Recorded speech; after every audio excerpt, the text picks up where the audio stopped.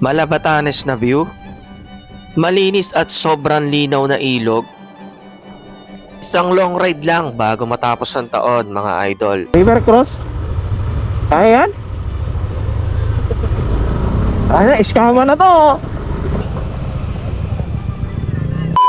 Ngayong araw nga, mga idol, ay may year-end ride ang grupo. 5 AM yung meet-up namin dito sa May Shell sa dulo ng bypass, mga lodi. Ngayon pa lang ako sasama sa ride nila kasi busy ako ng mga nakaraan. Nang makompleto na kami, nagdasal lang kami sandali, mga lodi. After namin magdasal, take off na kami. Unang stop namin dito sa may gas station sa may Santa Rosa. Water break lang tapos gas. After nun, larga na kami. Ito na kami dumaan sa may bypass. Diretso na to hanggang Port Magsaysay. Solid din yung daan dito sa may Port Magsaysay, mga idol. Bukod sa maganda na yung view, nakakalibang din yung mga kurbada. Lalo na kung matagal-tagal kang walang ride. Papahataw ka talaga dito. Basta wag ka lang mga ngamote. Next stop over namin dito na sa Mega Baldon. Huminto muna kami dito para mag picture taking tsaka kumuha na rin ng ilang video clips. Ito talaga yung favorite spot ng mga rider pag pumupunta dito eh. Hindi pa pwede na wala kang picture pag nandito ka. Kaya ba, mga idol, patingin naman ang mga picture nyo dito. After namin mga pagpahinga, larga na ulit. Diretso na kami ng Dinggalan neto. Solid talaga yung straight na daan dito eh. Mapapahataw ka talaga eh. Ang kagandahan sa lugar na to, hindi nakakasawang bumalik-balik. Next stop over namin dito na sa may I Love Dinggalan.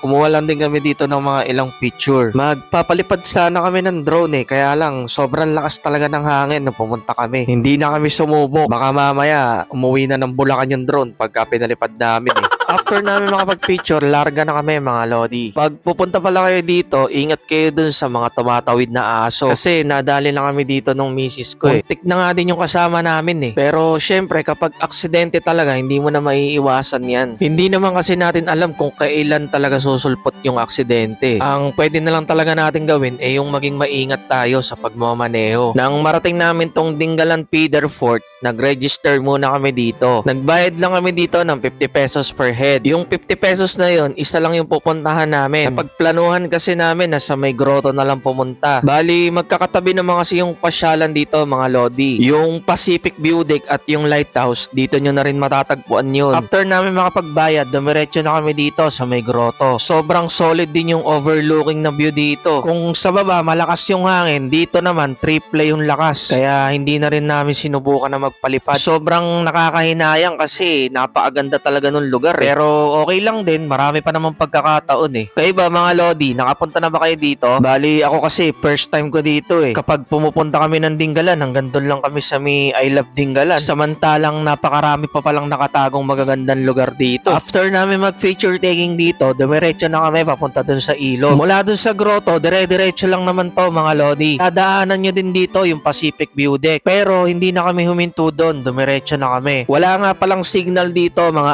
idol. Kaya kung balak nyong magtago sa mga inaanak nyo, sakto tong lugar na to. Diretsuhin nyo lang yung daan hanggang dulo. Hanggang sa marating nyo tong rough road, mga idol. Akala ko nga tatawid kami ng ilog eh. Bali, huminto lang kami sandali kasi nagtanong kami kung saan dito yung picnic ground. Lumagpas pala kami ng kaunti kaya bumalik kami. Pag nakita nyo yung signage na to, ito na yon, mga lodi. Kaya naman ng motor to, pati na rin ang sasakyan. Medyo maputik lang nung pumunta kami. Siguro umulan nung gabi. Nang makarating na kami dito sa may parking, sinalubong na kagad kami nung bantay. Sakto nga eh, solo namin yung ilog eh. Ang ganda rin. Ang entrance fee nga pala dito ay 40 pesos per head. Ligo lang yun ha, walang cottage yun, mga idol. Pero kung kukuha kayo ng cottage, 800 yon. Tapos free entrance fee na yon. Kumuha na lang kami ng kubo kasi balak din namin magbudol fight dito eh. Wala nga pala kaming dalang mga pagkain, mga idol. Pero sabi ni kuya nung bantay, pwede naman daw kami magpabili at magpaluto. Bali, ang bayad sa pagpapaluto ay 500 pesos. Bukod pa yung bibili nyo na pagkain ha, mga idol. Habang niluluto muna yung pagkain, bumanat muna kami ng ligo dito. Sobrang linaw at ang lamig ng tubig dito.